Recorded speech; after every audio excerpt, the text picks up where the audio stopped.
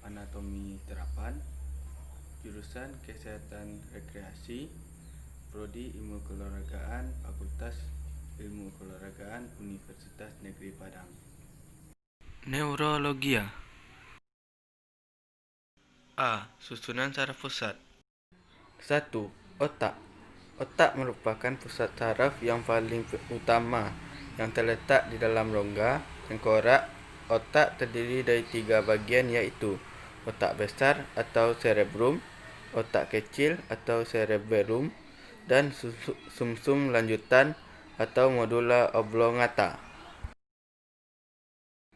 2. Otak besar atau cerebrum merupakan pusat saraf utama dan bagian terbesar dari otak. Otak besar terdiri dari 2 belahan, yaitu belahan kiri dan belahan kanan. Belahan kiri berfungsi dalam mengendalikan kegiatan tubuh bagian kiri, sedangkan belahan kanan berfungsi mengendalikan kegiatan tubuh sebelah kanan. Otak besar berfungsi sebagai pusat pengendali dari semua kegiatan yang disadari seperti berpikir, melihat, bergerak, mendengar, berbicara, dan lainnya. 3. Otak kecil atau cerebellum merupakan pusat pengaturan keseimbangan dan koordinasi otot-otot saat kita akan melakukan gerakan. Otak kecil terdiri atas 2 belahan, yaitu belahan kiri dan kanan.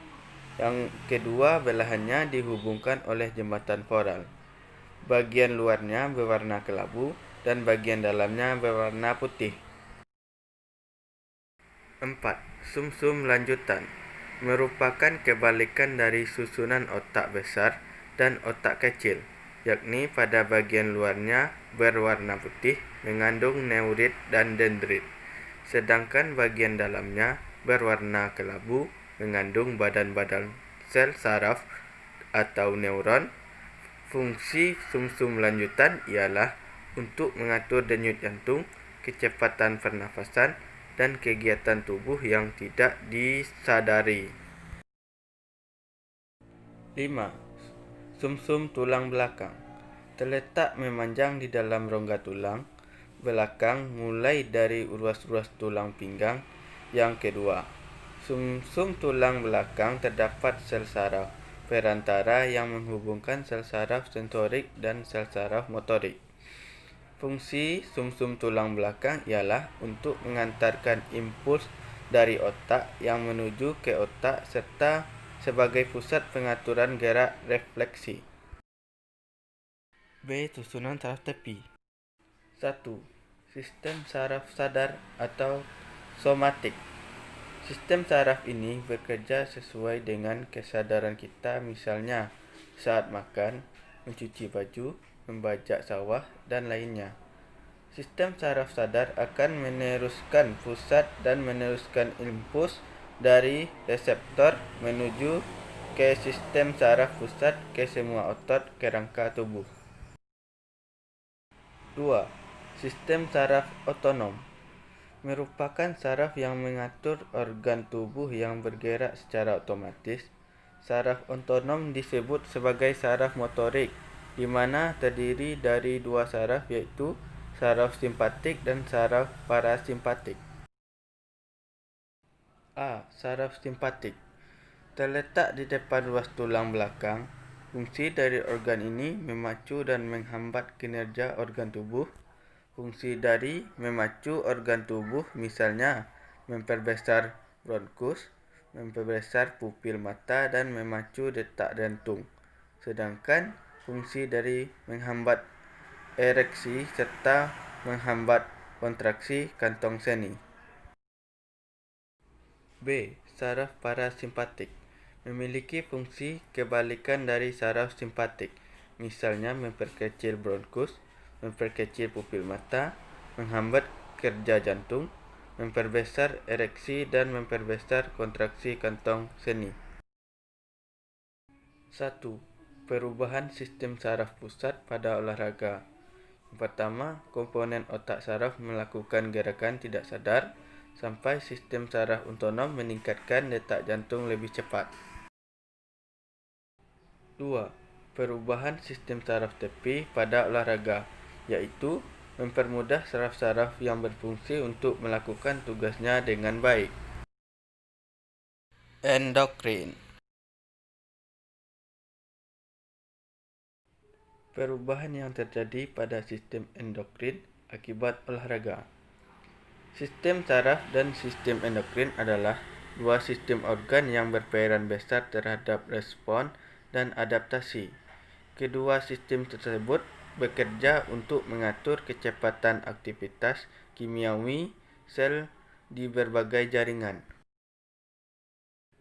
Perubahan konsentrasi hormon sangat sulit interpretasi karena konsentrasi hormon sewaktu-waktu dipengaruhi oleh berbagai variabel seperti A. Kecepatan kelenjar dalam memproduksi hormon. B. Kecepatan perusakan hormon oleh enzim di hati, ginjal, dan jaringan lain. C. Kecepatan ambilan hormon oleh jaringan. D. Perubahan volume darah. Dari fakta tersebut bahwa peningkatan konsentrasi hormon selama olahraga dapat diinterpretasikan sebagai peningkatan produksi, pengurangan destruksi. Genitalia musculinae. Perubahan yang terjadi pada genitalia musculinae akibat olahraga. Perubahan organ reproduksi pria. 1. Bagian penghasil spermatozoa atau testis. 2. Bagian penyalur spermatozoa. 3. Kelenjar aksesoris. 4. Alat-alat bagian luar atau penis dan skrotum. Testis merupakan organ yang sangat vital bagi pria. Hal-hal yang berpengaruh untuk testis apabila berolahraga adalah 1. Benturan. Testis hanya dilindungi kulit dan tidak dilindungi oleh otot dan tulang. Benturan dapat berakibat fatal bagi testis seperti mengalami lebam atau pembengkakan pada organ tersebut.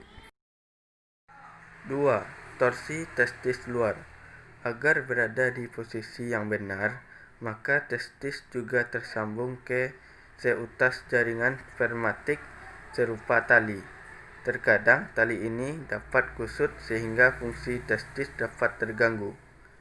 3. Terhindar dari penyakit-penyakit seperti kista, varises, dan infeksi epididymis. Genitalia femininae. Perubahan yang terjadi pada genitalia femininae akibat olahraga. Perubahan yang terjadi saat berolahraga. Yang pertama, dapat mengencangkan vagina dan menstruasi menjadi teratur. 2. Ruam akibat berkeringat. Kelembapan yang tidak terkontrol adalah kondisi yang sangat disukai oleh mikroba dan jamur untuk berkembang biak. Kondisi ini juga bisa memicu infeksi. Oleh karena itu, disarankan sesudah melakukan olahraga segera mengganti CD atau menggunakan pakaian yang dapat menyerap keringat. Hematologi. 1. Struktur sel darah merah atau eritrosit. Eritrosit berbentuk bikonkav dan berdiameter 7-8 mikron. Bentuk bikonkav tersebut menyebabkan eritrosit bersifat fleksibel sehingga dapat melewati pembuluh darah yang sangat kecil dengan baik. Bentuk eritrosit pada mikroskop biasanya tampak bulat berwarna merah dan bagian tengahnya tampak lebih pucat atau disebut central pallor. Diameter sepertiga dari seluruh diameter eritrosit. 2. Struktur sel darah putih atau leukosit.